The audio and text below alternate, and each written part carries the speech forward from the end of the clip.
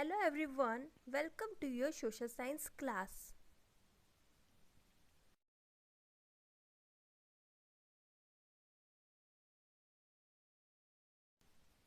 Students, today we are going to continue with our chapter number 24, that is the story of democracy. Our first topic is the Renaissance. The first thing that comes in our mind that what was the Renaissance? Renaissance simply means rebirth. Rebirth of the ideas, rebirth of culture and rebirth of tradition.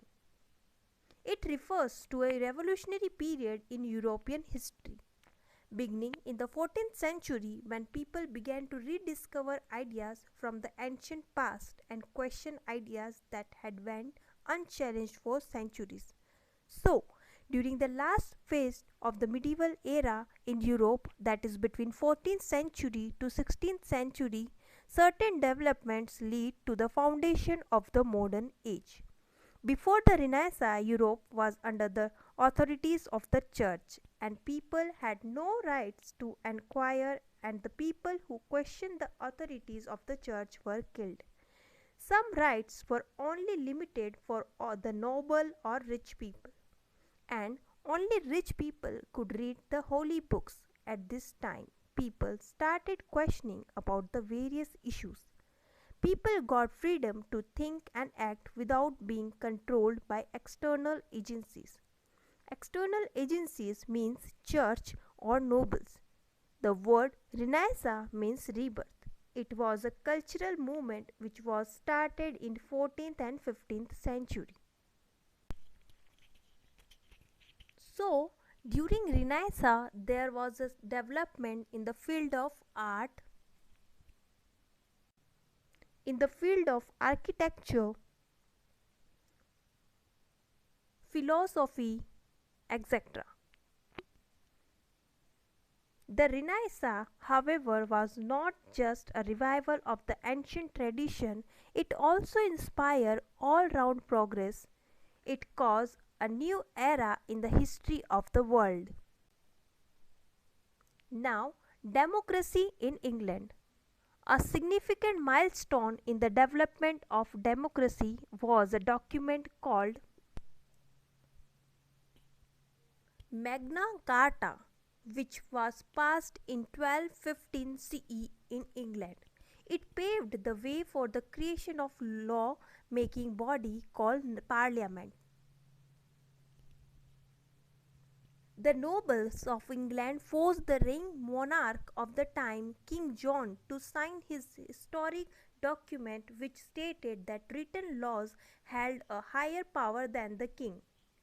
These steps were significant as they diminished the power of the king and the monarchy came to an end.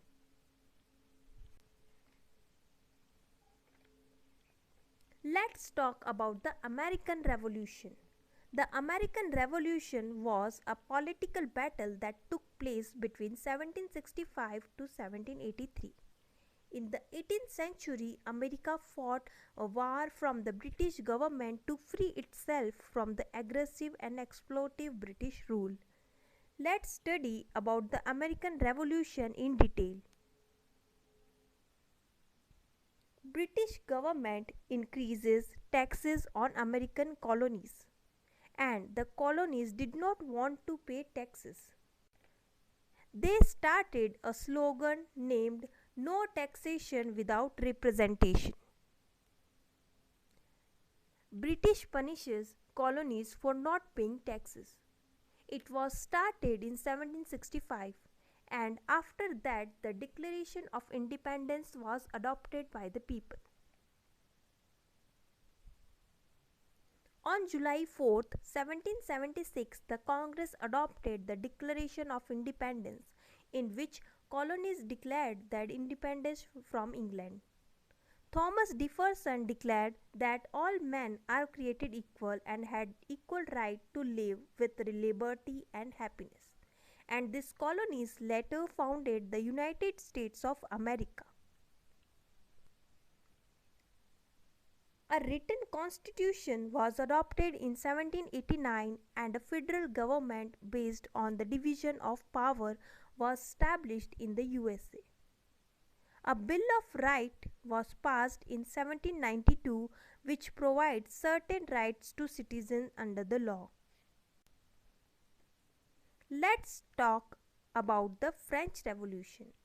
The French Revolution is a very important event in the world history because it has given many important concepts like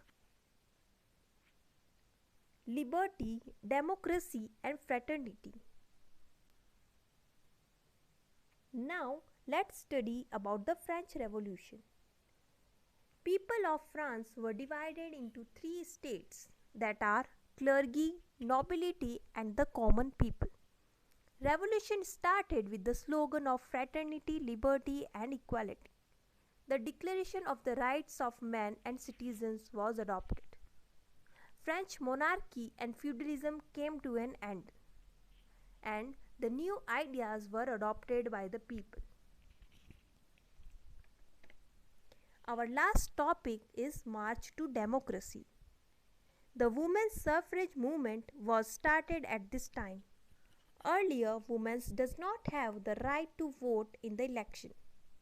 The women's suffrage movement was the struggle for the right women for vote and run office. New Zealand became the first country to grant universal adult franchise. It means it gives the right to vote to all adult citizens regardless of their wealth, income, gender, social status, etc. Colonies began to struggle for democracy. It means that colonies also started struggling for democracy or self-government. Many countries in Asia, Africa, and South America declared their independence, and constitutions were adopted in these countries that prescribe the power of the government. The Declaration of Human Rights 1948 was signed by most countries of the world, which give people their basic human right.